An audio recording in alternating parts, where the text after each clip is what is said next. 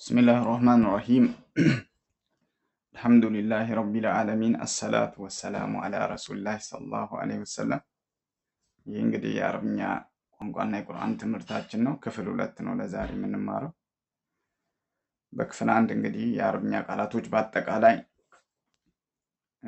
በሶስት እንደሚከፈሉና እነሱም ኢስም፣ ፊዕልና ሐርፍ እንደሚባሉ አይተን ነበረ።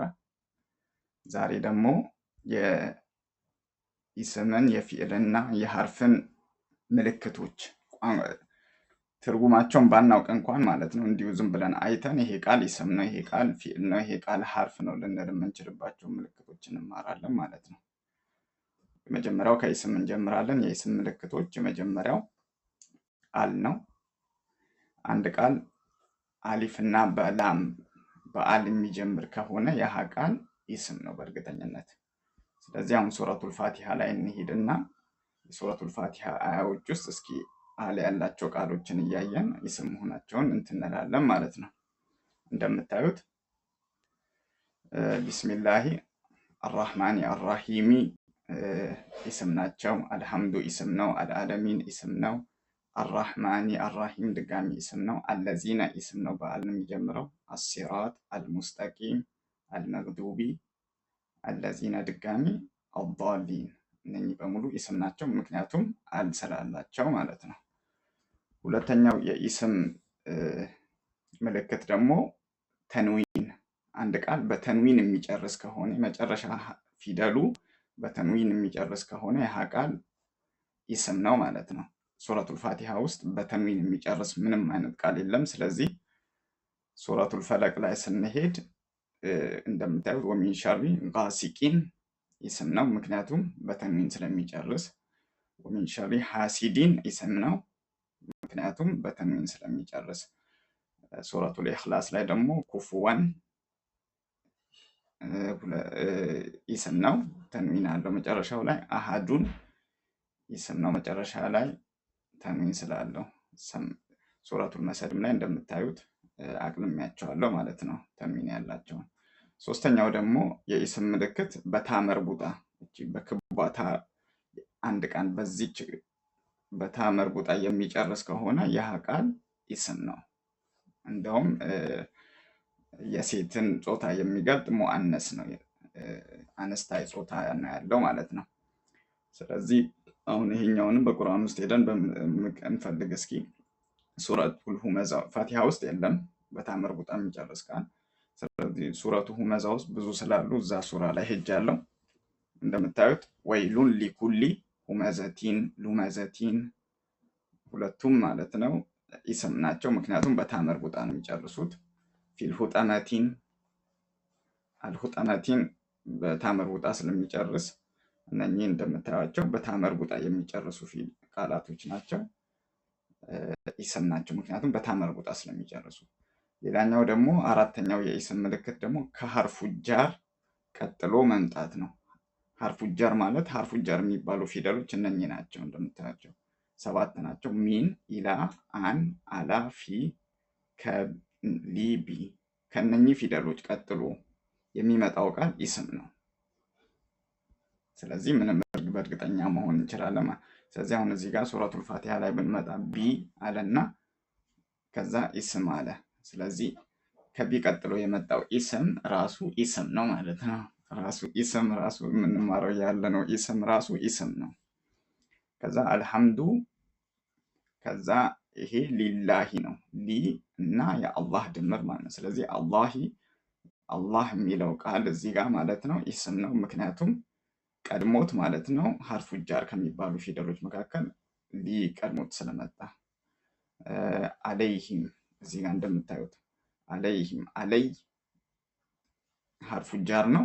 ስለዚህ ከሐርፉ ጃር ቀጥሎ የመጣው ደግሞ ሂም ነው። ሂም እዚህ ጋር ኢስም ነው። ሂም እንግዲህ ደሚር ነው ማለት ነው። ደሚር ደግሞ ተውላጠ ስም ነው፣ ስምን ተክቶ የሚመጣ ነው፣ እነሱ ማለት ነው። ስለዚህ እነሱ ደግሞ በአረብኛ እንትን ውስጥ ነው የሚካተተው፣ ፊዕል ኢስም ውስጥ ነው የሚካተተው።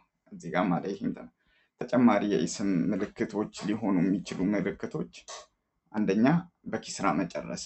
አንድ ቃል በኪስራ ከጨረሰ ያህ ቃል ኢስም የመሆን እድሉ በጣም ሰፊ ነው። ግን ሁሉም በኪስራ የሚጨርሱ ቃሎች ግን ኢስም ናቸው ማለት አይደለም። የማይሆኑበት አጋጣሚ አለ፣ ግን አብዛኛዎቹ። ስለዚህ አንድ ቃል በኢስም የሚጨርስ ከሆነ አሚን በኪስራ የሚጨርስ ከሆነ ኢስም መሆኑና አለመሆኑን ለማረጋገጥ ከፊት ለፊቱ አልጨምራችሁ ታነቡታላችሁ። ከፊት ለፊቱ አልጨምራችሁ ስታነቡት ለማንበብ የማያስቸግር ከሆነ ያ ቃል ማለት ነው ኢስም ነው ማለት ነው። ለማንበብ የሚያስቸግር ከሆነ ግን ያ ቃል ኢስም ላይሆን ይችላል። ስቲል ግን የሆነ ያው ቋንቋ ትርጉሙ ሳታውቁት ገስ የምታደርጉበት መንገድ ነው። ስለዚህ ወደ ሱረቱ ፋቲሃ ስንሄድ ለምሳሌ ረቢ የሚለው ቃል በኪስራ ነው የጨረሰው። ባ በኪስራ ነው የሚነበበው። ስለዚህ አሁን እዚህ ጋር አል ብንጨምርበት ለማንበብ ያስቸግራል ወይ? አረቢ ይሆናል፣ አያስቸግርም። አረቢ። ስለዚህ ይሄ ኢስም ነው። ሌላኛው ደግሞ በኪስራ የሚጨርሱ ሱረቱል ፋቲሃ ላይ ማሊኪ እና የውሚ ናቸው። ስለዚህ ሁለቱም ላይ ኢስም መሆናቸውና አለመሆናቸውን ለማረጋገጥ ከፊት ለፊታቸው አልጨምረን ስናነባቸው አልማሊኪ አይከብድም ለማንበብ። ይህኛው ደግሞ አልየውሚ አይከብድም። ስለዚህ ሁለቱም ኢስም ናቸው ማለት ነው። አረብኛ ብዙ ጊዜ አፍ ላይ ለማንበብ እንዳያስቸግር ብለው ፈታ መሆን ያለበትን ኪስራ ያደርጋሉ አረቦች ማለት ነው። ስለዚህ እዚህ ጋም ደግሞ ገይሪ በኪስራ ነው የሚጨርሰው። ስለዚህ ይሄ ገይሪ በኪስራ ስለሚጨርስ እስኪ አል ከፊት ለፊቱ ጨምረን እናንብበው። አልገይሪ አይከብድም ለማንበብ። ስለዚህ ኢስም ነው ማለት ነው። በዚህ መልኩ ገስ ማድረግ ትችላለን። አሁን ደግሞ የፊዕል ምልክቶች እናያለን ማለት ነው። የፊዕል ምልክቶች የመጀመሪያው የፊዕል ምልክት ቀድ ነው። ቀድ እንዴት ነው የፊዕል ምልክት የሚሆነው? ከቀድ ቀጥሎ የሚመጡ ቃሎች በሙሉ ፊዕል ናቸው። በቃ ቀድ የሚል ቃል ካያችሁ ከዛ ቀጥሎ የመጣው ቃል ትርጉሙን ባታውቁት ፊዕል ነው። ለምሳሌ ሱረቱ ተክዊር ላይ ከቀድ ቀጥሎ የሚመጡ ሌሎች ሀርፎች ሊኖሩ ይችላሉ። አሁን እዚህ ጋር ከቀድ በፊት የመጡ ሁለት ሀርፎች አሉ፣ ወና ለ። ግን ስቲል ቀድ እዚህ ጋር ስላለ ማለት ነው። ስቲል ቀድ እዚህ ጋር ስላለ ከሱ ቀጥሎ ያለው ረአሁ የሚለው ፊደል ማለት ነው ፊዕል ነው ማለት ነው። ሱረቱ አዕላ ላይ ቀድ አፍለሃ ያችሁ ቀድ አለ። በቀድ ምክንያት አፍለሃ ምን ሆኗል? ፊዕል ሆኗል ማለት ነው። እዚህ ጋር ደግሞ ለቀድ ኸለቅና። ስለዚህ እዚህ ጋር ከቀድ ቀጥሎ የመጣው ኸለቅና ነው። ስለዚህ በቀድ አማካኝነት ኸለቅና የሚለው ፊዕል ነው። በቃ እዚህ ጋርም ቀድ አፍለሃ ወቀድ ኻበም ፊዕል ናቸው። እነኛ ያቀለምኳቸው እንዳለ ፊዕሎች ናቸው፣ ምክንያቱም ከቀድ ቀጥለው ስለመጡ። ሌላው ደግሞ ፊዕልን የምንለይባቸው ምልክቶች ሲንና ሰውፈ ናቸው። አንድ በሲን ፈታ የሚጀምር አረፍተ ቃል ማለት ነው። በሲን ፈታ የሚጀምርና ከዛ በኋላ የሚቀጥል ቃል ይሃ ማለት ነው ፊዕል ነው። በሲን ጀምሮ የሚቀጥል ቃል ሌላ ኢስም ሊሆን አይችልም ማለት ነው። የግድ ፊዕል ነው ማለት ነው። ያቺ ሲን ደግሞ የወደፊትን የምታመለክት ነች። ወደፊት ይሆናል ወይንም ሰውፈ ማለት ወደፊት፣ ሙስተቅበል፣ ተግባሩ ወደፊት የሚሆን ነገር ነው ማለት ነው። የሰውፈን ምሳሌዎች በደንብ ብናይ አላህ በሱረቱ ተካሱር ያው እንደምታየው ከላ ሰውፈ ተዕለሙን ይላል። ከላ ተከልከሉ፣ ሰውፈ ወደፊት፣ ተዕለሙን ታውቃላችሁ። የሚሆነውን ነገር በአጠቃላይ አሁን አላህ እያለ ያለውን ነገር በአጠቃላይ ወደፊት ታውቁታላችሁ። ከላ ድጋሚ ደገሙ፣ ሱመ ከላ ሰውፈተ ወደፊት ታውቃላችሁ። ሱረቱ ኢንሺቃቅ ላይ ፈሰውፈ አያችሁት። ቀድሞት እንኳን ከሰውፈ ቀጥሎ ሌላ ሀርፍ ቢመጣም ችግር የለውም። ግን ከሰውፈ ቀጥሎ ያለው ሀርፍ ቃል ግን ሁሌ ምንድነው? ፊዕል ነው ማለት ነው። ሱረቱ ኢንሺቃቅ ላይ እንደምታዩት ፈሰውፈ የድኡ ሱቡራ። ስለዚህ የድኡ ማለት ነው በፈሰውፈ አማካኝነት ምን ሆኗል? የድኡ ፊዕል ነው ማለት ነው። ፊዕል መሆን እናውቃለን። ወለሰውፈ የርዳ ወደፊት ይደሰታል። ስለዚህ አሁን እዚህ ጋር ከሰውፈ ቀጥሎ ያለው ቃል የርዳ ነው። የርዳ ፊዕል ነው ማለት ነው። ወለሰውፈ ዩዕጢከ ዩዕጢከ አሁን ፊዕል ነው፣ ምክንያቱም ከሰውፈ ቀጥሎ ስለመጣ ፊዕል መሆን እናውቃለን ማለት ነው። የሲን ደግሞ ምሳሌዎችን ደግሞ ሲን ፈታ በሲን ፈታ ጀምሮ የሚቀጥሉ ቃሎች የሀ ቃል ፊዕል መሆኑን ማለት ነው። ለምሳሌ በሱረቱ ነባ አላህ ምን ይላል? ከላ ሰ አያችሁት? ሰ እዚች ጋ አለች። ማቅለም ነበረብኝ ለብቻዋ ግን አላቀለምኳትም። እንደምታዩት ሰ ያዕለሙነ ያውቃሉ፣ ወደፊት ያውቃሉ።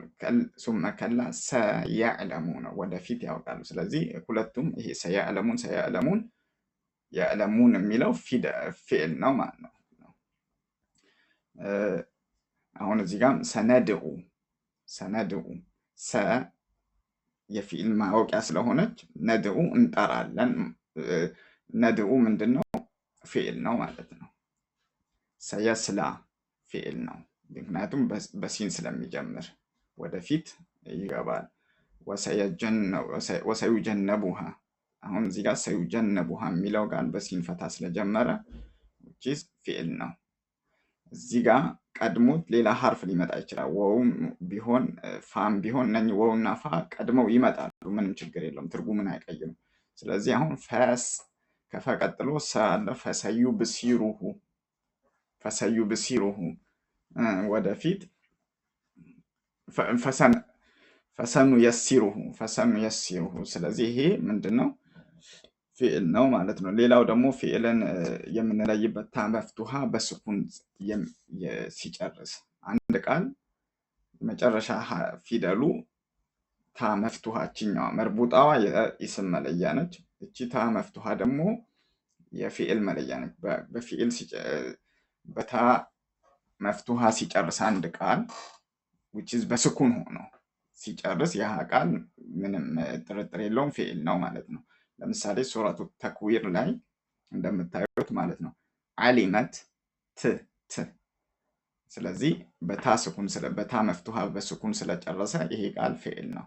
ነፍሱ ማ አሕደረት አሁን አያችሁት፣ ይሄኛውን በታ ስኩን ስለሚጨርስ ሁለቱም ፊዕል ናቸው ማለት ነው። እዛው ከሱረቱል ኢንፊጣር ላይ ደግሞ ዓሊመት በታ መርቡጣ በታ መፍቱሃ በስኩን ስለሚጨርስ ይሄም ፊዕል ነው። ማቀደመት አኸረት ከሰበት እነኚህ ቃላቶች ዘለመት ለፍተደት እነኚህ ብለው ስለሚያቆሙ በታ መፍቱሃ በስኩን ስለሚያቆሙ እነኚህ ፊዕሎች ናቸው። ተጨማሪ የፊዕል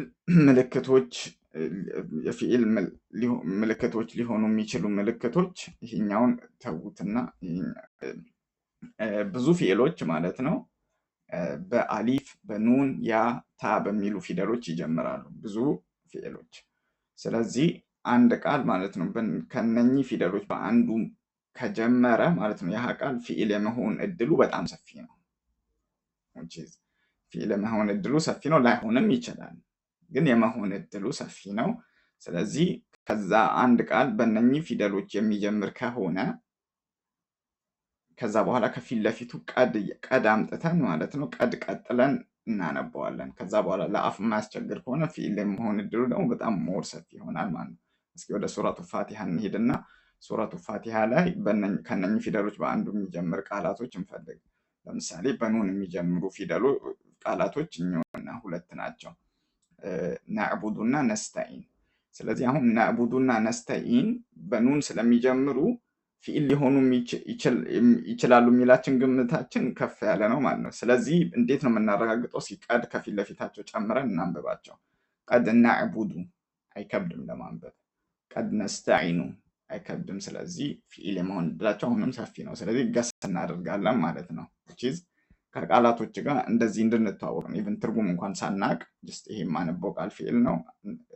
ከዛ በኋላ ሌላኛው ደግሞ በአሊፍ የሚጀምር በዚህኛው አሊፍ በሀምዛ ማለት ነው። በዚህኛው ሀምዛ። እሺ፣ ስለዚህ አነአምተ እዚህ ጋር ከፊት ለፊቱ ቀድ ጨምረን ብናነባው ቀድ አነአምተ ለማንበብ ምንም አያስቸግርም። ስለዚህ ይሄ አነአምተም ፊዕል ነው ማለት ነው እና ነዕቡዱም ነስተዒንም ፊዕል ነው።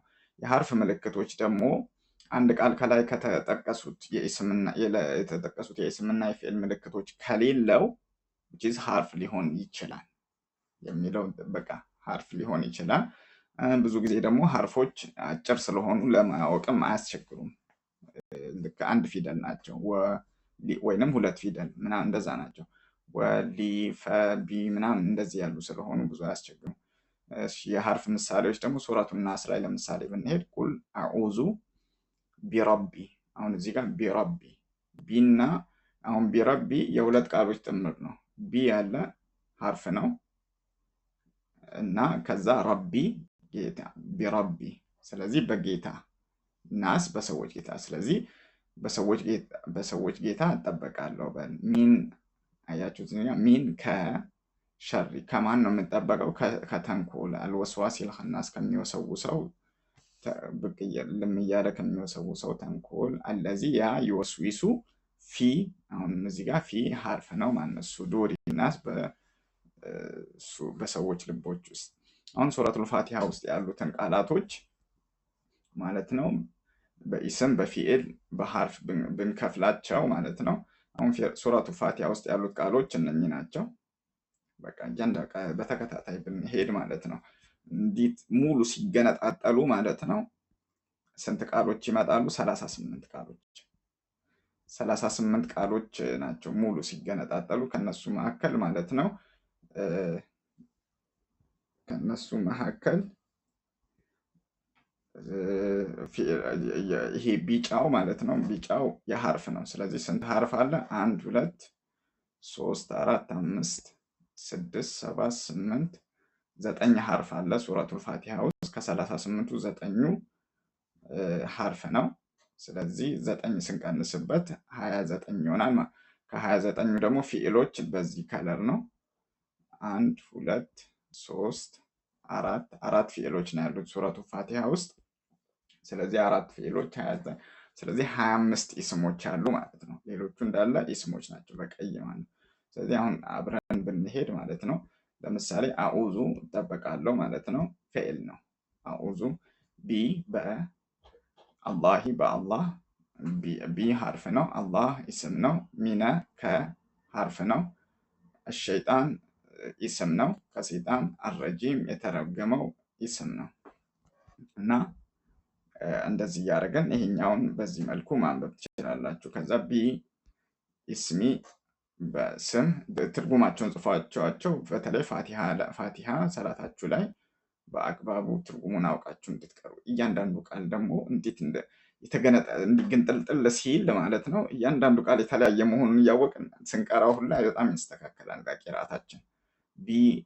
ቢስሚ የሁለት ቃሎች ነው። ቢስሚላሂ አራህማኒ አራሂሚ አልሐምዱ ሊ አላሂ ረቢል አልዓለሚን አራህማን አራሂም ማሊኪ የውሚ አዲን ኢያከ ናዕቡዱ ወኢያከ ነስተዒን ኢህዲና ሲራጠ አልሙስተቂም ሲራጠ አለዚነ አንዓምተ ዓለይሂም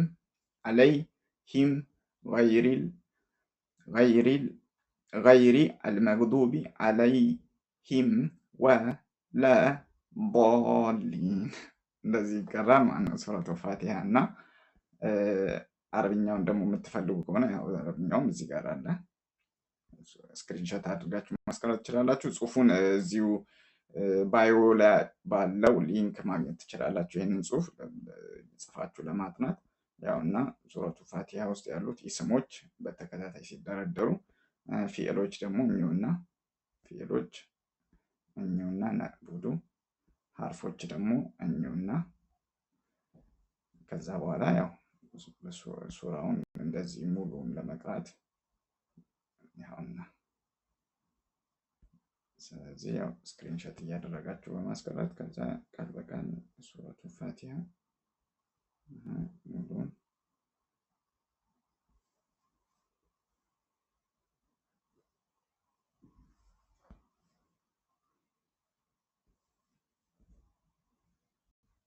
ስለዚህ ኢንሻአላህ በሚቀጥለው በሌላ ትምህርት እንገናኛለን። አሰላሙ አለይኩም ወራህመቱላሂ ወበረካቱ።